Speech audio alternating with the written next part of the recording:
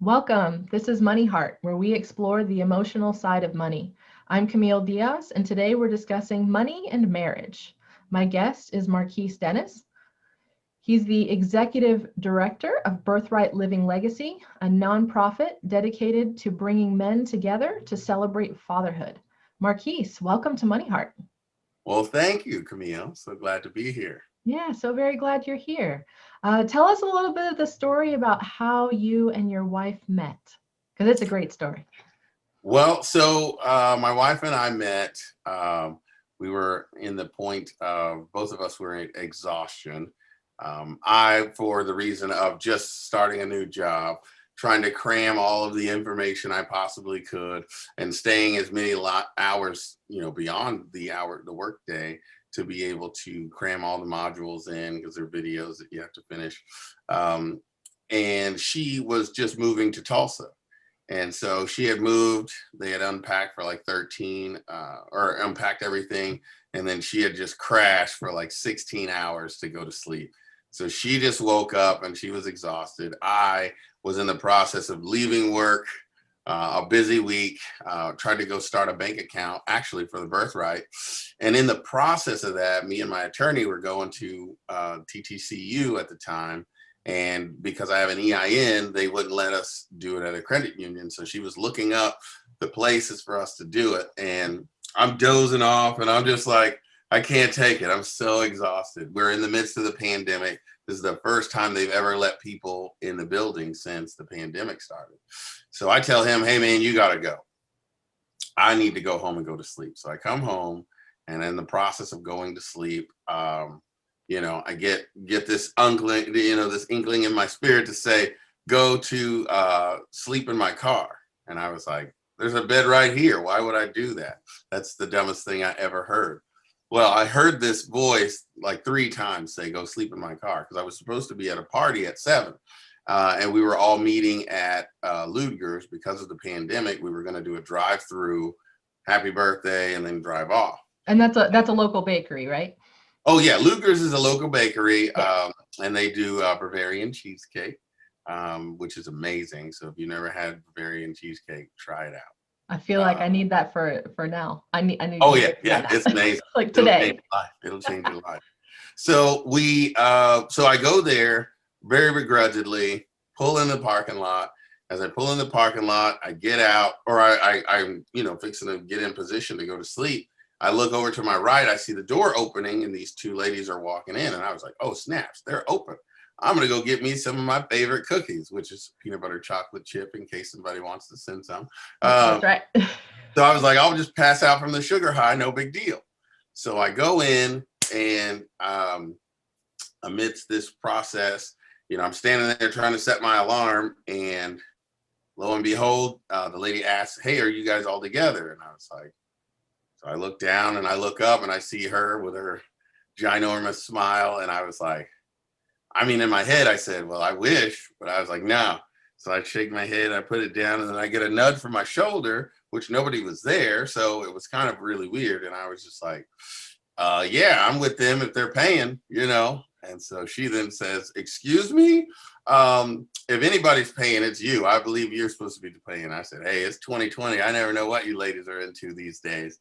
And so we laugh, anyhow, start to talking, come to find out she is just moving here from Bartlesville, originally from California. And I was like, what brings you to Tulsa? And then she was like, Jesus.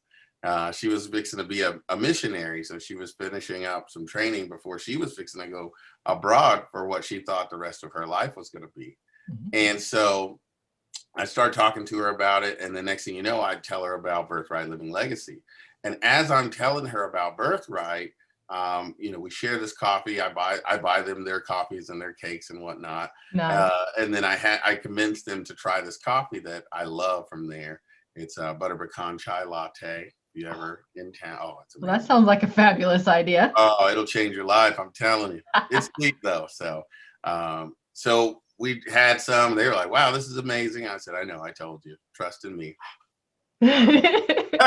Expert right here. Expert right here. This guy. And so, we're sitting there chatting, and I, start to see the people doing the old.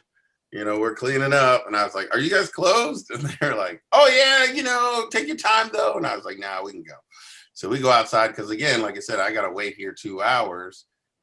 Well, yeah, it was 5 o'clock at this time, so I gotta wait 2 hours until we're supposed to meet at the 7 o'clock event. So we walk outside. She accidentally sends me a picture because she said, "Let's take a picture of our coffee moment." And this is, within moments of us meeting. So I was like, okay. And then so I was like, "Hey, send me the picture." Well, she sends me a picture of her father. And then when she sends me a picture of her father, and I was like, "Why would you send me a picture of this dude? Who is this dude?" And so she was like, "Oh, funny story. Let me tell you." So she tells me the story about her dad, which is the whole reason that the Birthright was even created.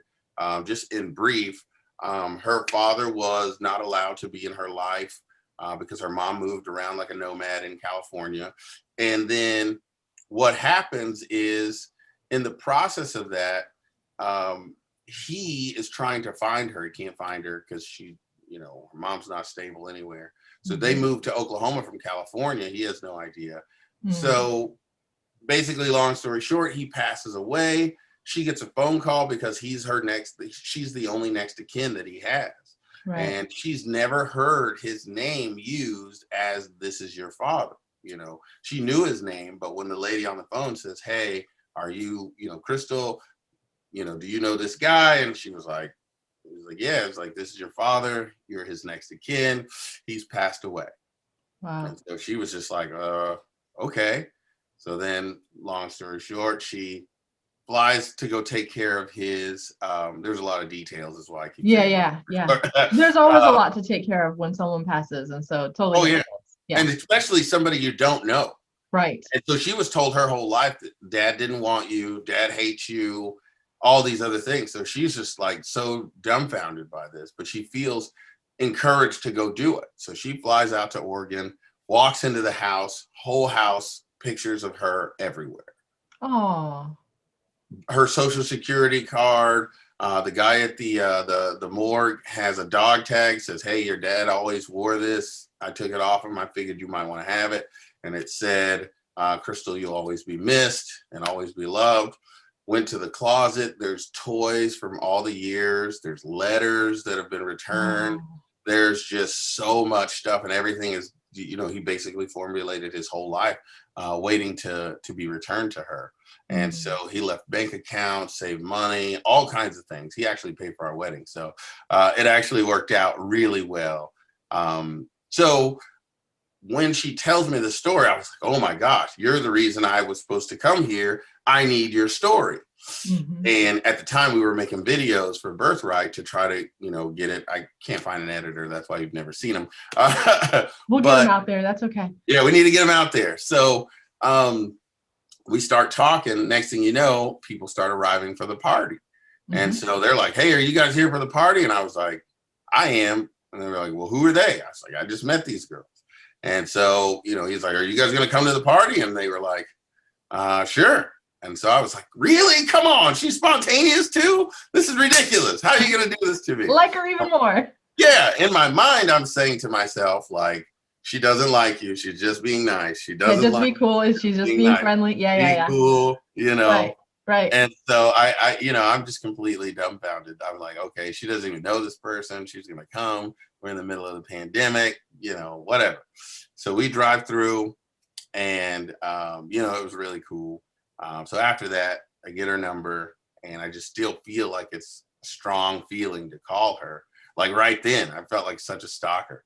And so I was like, "Hey, someday we should, get together." And she was like, "Well, I don't have any plans today." And I was like, "Well, we can Wow. go for a walk. I mean, we can go to, we can go to La Fortune, or we can go to Riverside, Mhm. which are the, two best parks for Local walking." parks. Yeah. Yeah. And so she says, she goes, "I don't know what those are, but Right, because she just got here. She Yeah, just she got to was Tulsa. like, She has no idea. She's like, "Where are you taking me?" But I'm game, yeah, right? no clue. She was like, which one has the least amount of mosquitoes? And I was like, well, they're both outside. It's So Oklahoma, so yeah, good luck. I was like, Riverside has water at times. So Right, let's say that, La Fortune has less. right. I'll just go with that. That would have been my guess too. Yeah. And she goes, well, let's go to La Fortune, but I reserve the right to change my mind, which was like profound to me. Like she just spoke true words to my heart, because I was like, oh my gosh, somebody that has the idea that I could want to change my mind and that'd be okay. I was just so excited. So anyway, long story short, keep in mind, I am falling asleep at the bank trying to set up this account. Okay. Are you still falling asleep? Not at all. Not at all. Yeah. I stayed outside talking to her for that whole 2 hours. Yeah. And then so on and so forth. So then we go walking around the track. Now, if you've been here to our local park of La Fortune, it's got a golf course that you walk around. So you start at the golf entrance where the parking lot is. And then we went literally a quarter of a mile and got around to where St. Francis Hospital is. Mm-hmm. And I stopped in my tracks and said, I love you. Aw. And she was like, okay. And I was like, no, for real. Like, because I asked her when we first started, I said, so tell me about yourself. Yeah. So she just begins to go in, like telling me stuff that no one would ever like divulge in the first moments of meeting a person. Yeah. About family struggles, all those kinds of things. I was just like, wow. So I just said, okay, I know how to fix this. I'm going to projectile vomit my life onto you. Yeah. And of course I did. And her response just floored me. She was like, oh, well, that's cool. As long as you know that's who you were and not who you are, you know, God is good. So I was like, who are you? What is going on? Like, you're crazy, lady. Like, you're crazy. So anyway, we go back. We finish the first lap. I have to go to the bathroom. And that lap is like about 3 miles, maybe a little bit more, something like that. Yeah, because the golf course in the middle, and you have to walk all the way around if you want to make a lap. So it's about 3 miles. Yeah. So I have to go to the bathroom at this time, but it's like 9 o'clock by the time we get around. Right. So I'm like, nah, I can't right now. This is too good. So anyway, we chit chat, we talk. It's about 11 o'clock. And I finally was like, okay, look, I gotta go. But I want to date you. And I said it exactly like this, which is so weird, because I kept trying to say I want to marry you.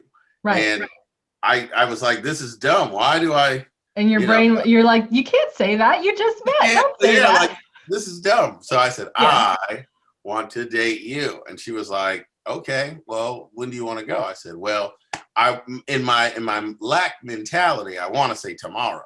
Right. I said, but I have to remember that I serve a God of plenty and there's plenty of time. So let me go look at my calendar. We'll figure something out. But the weird thing happened is as we're going to the car, because I walked her to her car to open the door. Some of us still exist, gentlemen. And so when I went to go stay there, she said, hey, I do want to make myself clear, though. She said, you've made yourself very clear as to where you stand. Let me tell you where I'm at. So she said, I've only been a believer for 5 years. I've, dated one guy, been on 2 dates, but I haven't dated anyone seriously in 8 years. And I was like, what? I was like, how old are you? I was thinking in my head, oh no, she's like 12. Oh my gosh, what did I do? And so I was like, okay. She said, but I don't know why you've been presented to me at this time, but I'm interested to see what's going on. I said, okay, I can deal with that. Mm-hmm. So we set a date for the next Thursday. After that Thursday, we went to Andolini's, which is a local pizzeria, amazing pizza on the Riverside. And then we went from there. We took a bike ride together on that Saturday, and that was when it happened for her. I didn't learn till later, but on that bike ride is when it switched for her. So that's how we met. So that's how you met. Yes. Yeah. And how long from when you met to when you got married? 85 days. 85 days. Wow. 85 days. That's kind of a whirlwind for most people. What happened was for me, these confirmations kept happening, like, this is the person. So when Yeah. I left the park that day, I remember coming home and I screamed out, I said, if this is who you're telling me it is, you better make yourself abundantly clear. Because I was like, I'm not falling in love again. I'm not doing it. I'm done. She better say something, because I'm not going to say anything. And so in that process, after we went to the bike ride, we had started the conversation about relationship, because obviously we were, like, wow, this is really refreshing. I have an individual that gets me, but also gets where we're trying to go. Yeah. And so in that, I was like, all right. And so we started listening to a sermon series Mike Todd did, which was huge and world renowned. It's called Relationship Goals. And I said it would just be good for us to have these conversations around it, kind of like most people do with like a Dave Ramsey or something, when you're trying to figure out money and you don't want to. But that's later on in the conversation. Yeah, when you don't want to argue, so you when you don't want to argue, outside program. We'll just agree to follow the program. And exactly, that's it. Right. So we were watching that, and there was nothing like emotionally moving in it. It was just information. It was really good information. So I'm laying on my back, and she's leaned up against my legs, like facing out. I'm facing the ceiling, and I look and I said, so what'd you get? And so she's doing this number here. Looking around. And I was like, what are you doing? Like, I was like, are you crying? What are you crying? Are you crying? Are you serious? And she goes, fine. She goes, I don't know how to tell you this, but I don't know you. I don't have any reason for this to matter, but for some reason, I love you more than any other person I've ever met. And for whatever reason, God gave you my heart. And I don't know why, because I don't know you. And I was like, and I just laughed, which did not go over very well. Not the response that she was hoping for? Oh, no. But I got even more kicks and giggles out of it, because her face. Because you already felt like that, but you were waiting for her to say it. Right. And so I thought I was crazy this whole time. And then so the fact that she was vehemently trying to refuse that she did and didn't want to tell me, that made it more like, okay, this is for real, exactly what's happening. Yeah. So I told her, I said, hey, I'm sorry to laugh at you, but I've actually had this problem since the moment we met. And she goes, well, what do you mean? I said, when I walked her to the car after she made the statements, the air got really weird. Like both of us felt like we were supposed to kiss each other, like we had already been together. But it was, I always try to tell people, it's like, have you ever seen that movie with Will Smith, Hancock, when he realizes, like, I know you. You know what I mean? Like, you're my wife or something. Something that it was like that. Drawing them together. I was like, man, there's something extremely familiar about this person, and I know I don't know her. So, I said the only way I can describe it is it feels like my rib has been returned. And so we then went from met in May, engaged in June, planned a wedding, married in August. Wow. And then she was then pregnant in October. Wow. Yeah. So you got a lot going on. So 2020 was a magical year. There you go. 2020 was a magical year. So let's jump to the money piece, since we're supposed to be a show about money. Let's talk about money. Let's talk about the money. So you met, you fall in love, you get married. Now you've got a baby on the way, and somehow you had to merge finances, or at least figure out how to manage your money together as a couple. And it sounds like she'd been very independent for a long period of time, based on what you just said. And you've been very independent for a long period of time. So very little telling anybody about what you're doing with your money. It was all you.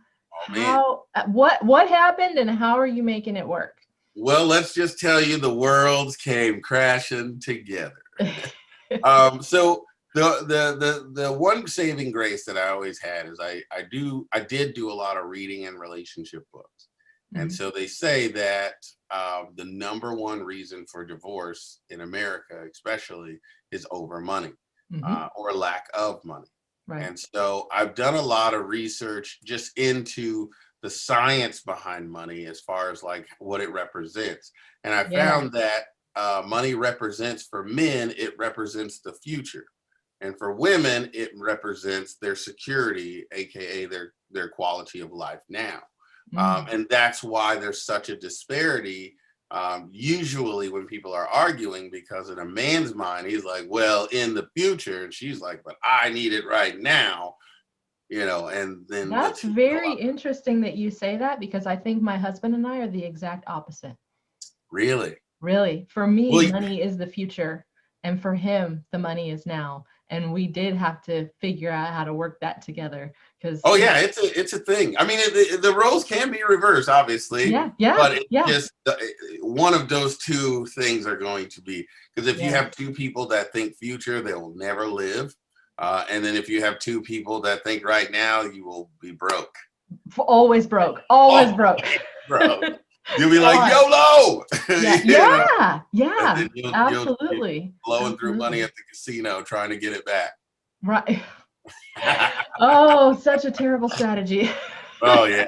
Oh, So yeah, that is really a thing of, how people view their money and how they want to use it. And we feel so personal about that. Like it's not like a little superficial thing. It's like a big deal.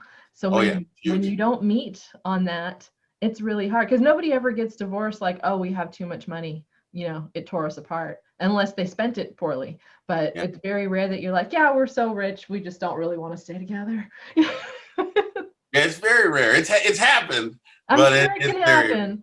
Yeah. But yeah, then so the so how verbiage. did The you verbiage is usually, "We're so rich, I don't need you anymore." Right. Yes, we're so rich, I don't need you. I'm gonna go do my own thing Yeah, with half yeah. the money, or try to take all of it or whatever. So yeah, it turns into a disaster that way. But how did the two of you kind of figure out a way to work on this money thing together? What did you do? So we argued a lot. It's what we did. Yeah. Just being honest. We believe in transparency and living a true life, because one thing that we did not like about, especially when it comes to when you serve in some sort of religious sect, people like to try to make things seem like once you do a thing, that it's perfect sailing, and there's just not a thing that happens. Yeah. So we Yeah. argued a lot. Um, Yeah. but mainly because we came from troubled pasts where Mhm. our parents were, I'll just say, less than responsible of what we've learned Mhm. with money. It caused us to have such a emotional tie to money. So for me, I had practiced with girlfriends before where I would like, let's try to combine finances to see. And so I paid for it. I had one girl robbing me the whole time while she was with my best friend. And Oh. oh, it was crazy. And so Oh. when I tell you, it tainted my view. Um, it definitely did. However, when we split ways, in my mind, the only thing fair to do was, because I was this was when I discovered the Dave Ramsey's process, was to split the envelopes. Mm. The coolest thing that ever happened. When we split the envelopes, all the envelopes up, we Mhm. had $7,000 a piece. And I was like, wow, all right. So that was pretty interesting, because we had only been doing it for like 2 or 3 years, or Yeah. 2 years. Yeah. And so it was just astounding that we had that much money That on you hand had and $14,000 saved up, didn't even know it. didn't even know it. So we didn't have the emotional tie to spend it, because we didn't get that statement every month to say, Right. hey, just so you know, you're wasting your time with. So Right. it was By the real. way, you have $12,000 in the bank if you'd Right. like to do something with that. Yeah. Yeah. And so Yeah. my wife was on the other end of the spectrum, where she had large accounts that she would save and build up. Mhm. So in her mind, this was a perfect system. In my mind, there was this perfect system that I didn't create, because I suck at, I mean, if I'm just being honest, discipline is not my strong suit. In the money department, because I've always had to prolong my gratification, because I didn't have very much. Mhm. So we made the exact same amount of money, but I had child support. I had, things like that I had to take care of. She had just sold her house, single woman, never had kids, never, nothing. So she's 31, making the amount of money that I'm making. So we're making a really good upper middle class salary between the two of us. Yeah.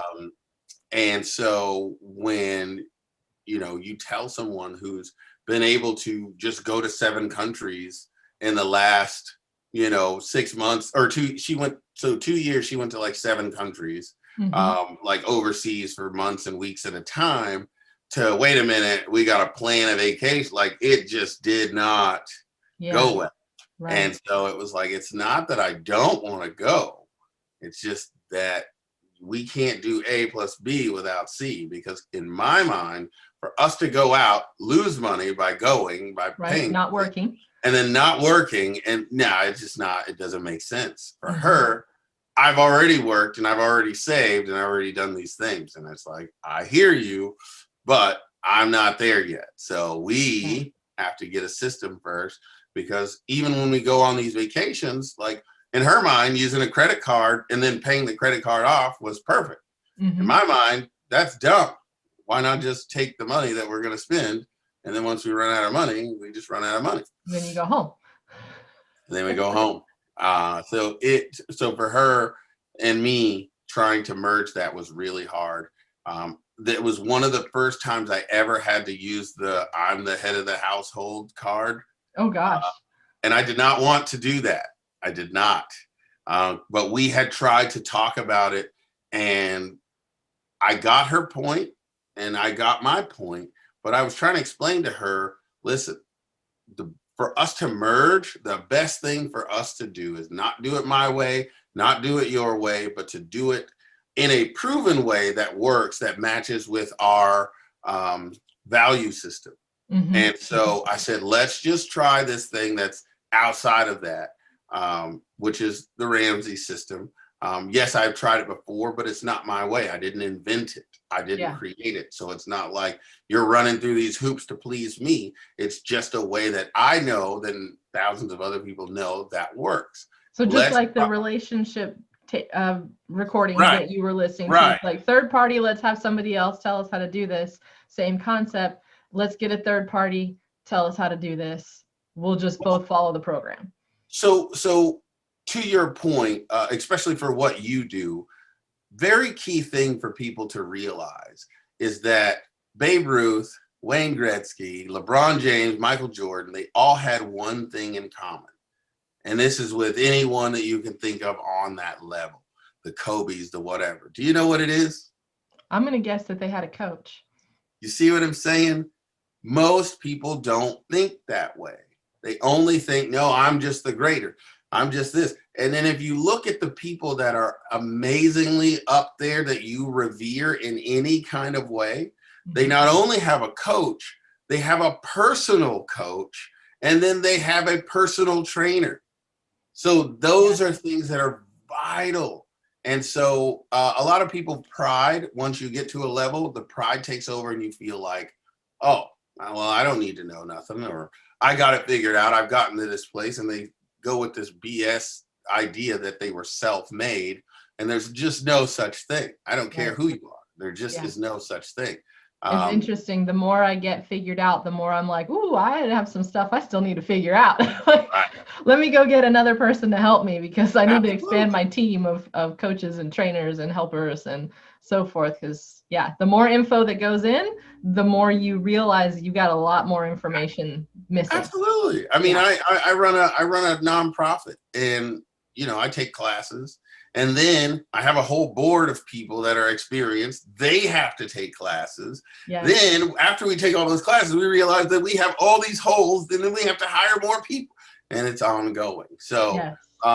yeah, so that was huge. And then being able to articulate that to her as, hey, I'm not saying that I haven't figured out. I know that the system worked well for you, but we need someone, especially in this intimate time of us trying to connect.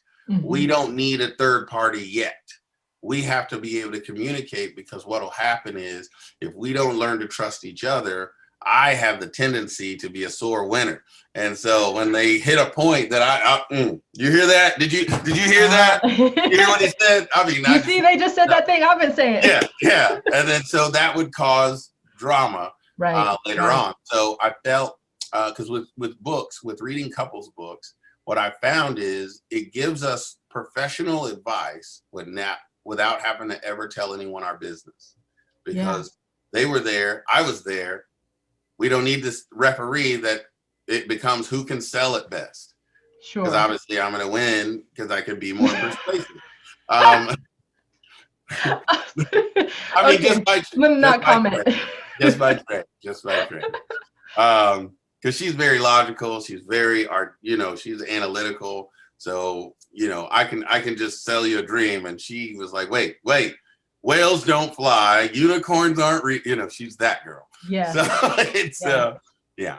And so when we were trying to go through it, I mean, when I tell you, so we did bills every 2 weeks because we both got paid on the same day. Mm-hmm. And as we were going through, she, claimed that Dave Ramsey's voice, because we were doing the Financial Peace University, mm-hmm. it irritated her, which I knew was pride messing with her. I get it. So I said, okay, listen, I don't want to have to use this, but I got to cash it in.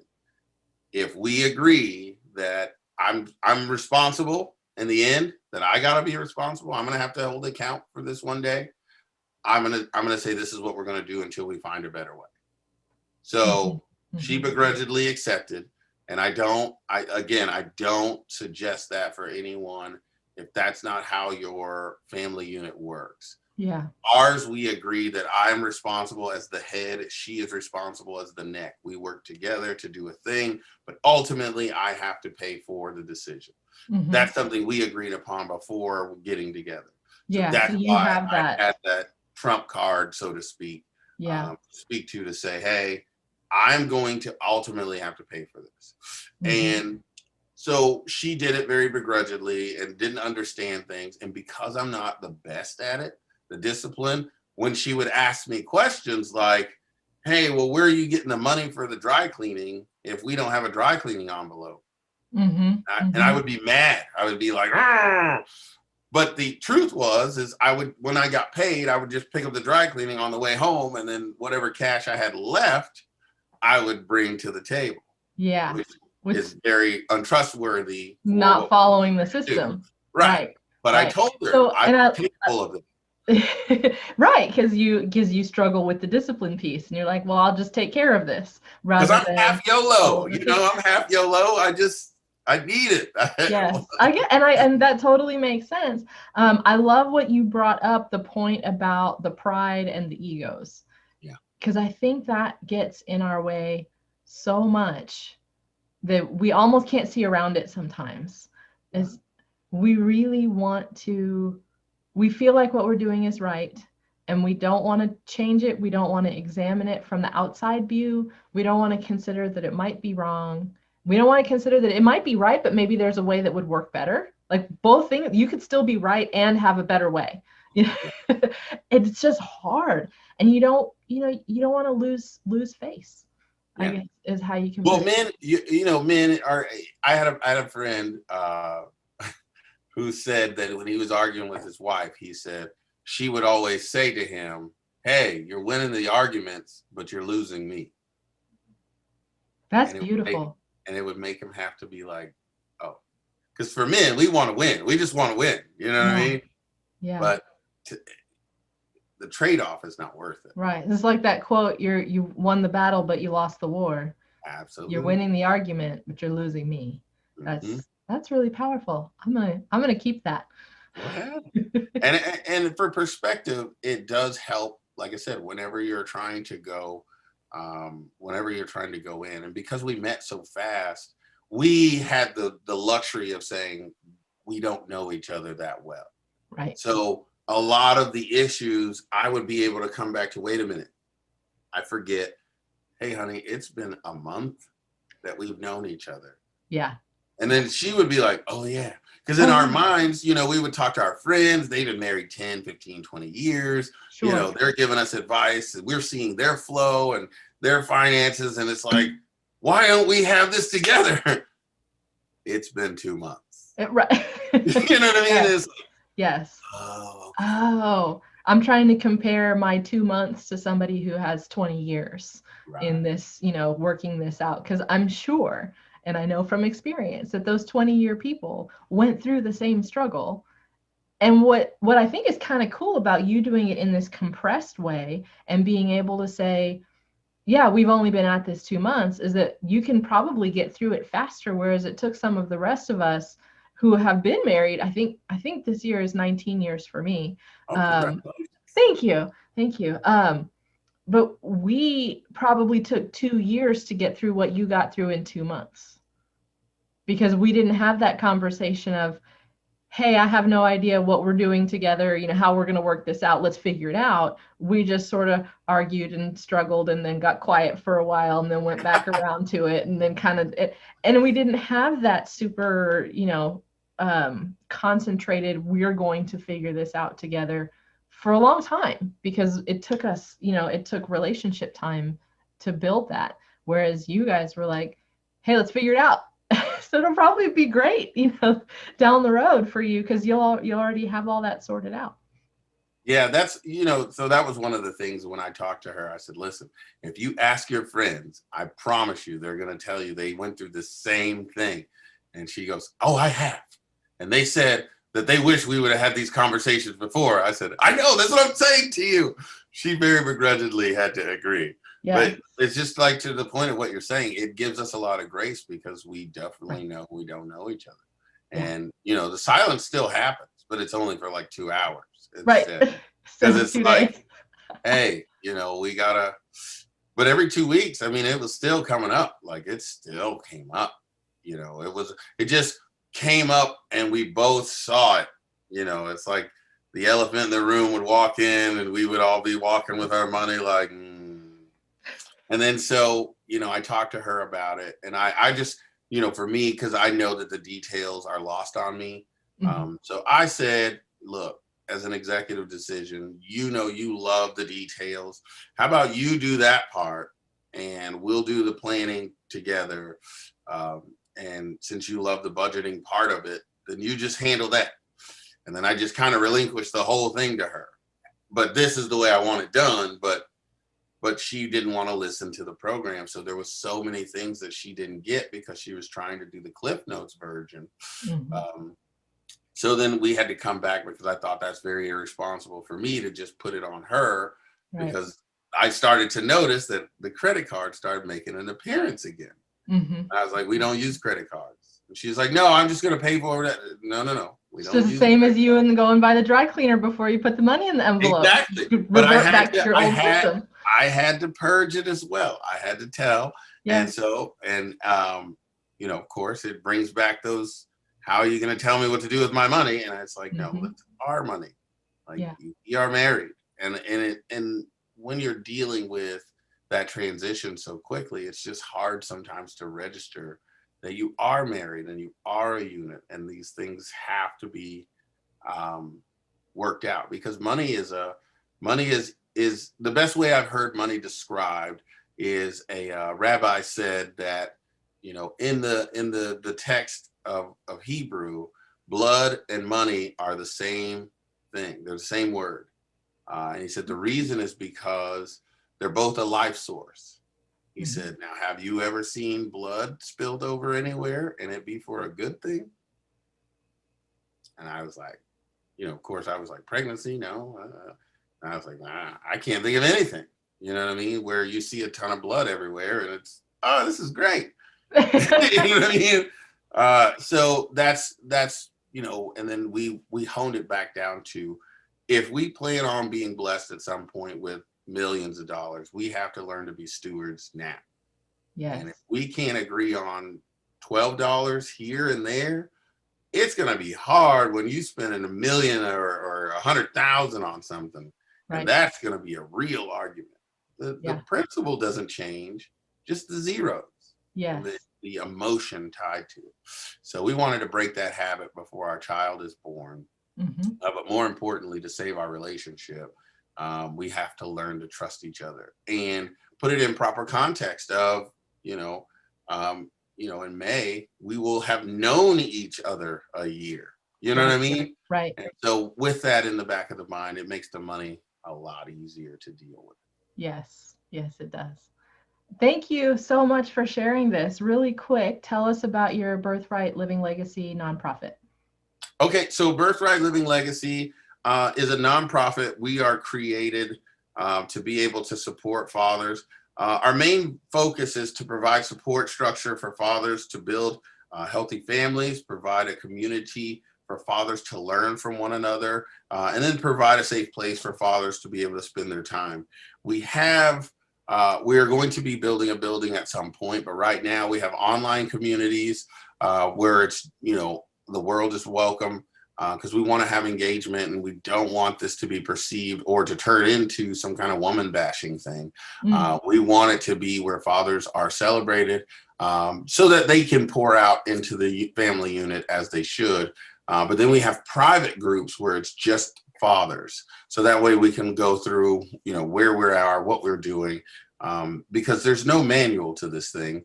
And there's also no way for me to say how you need to raise your kids, because your kids are snowflakes and they're individually unique. I can't.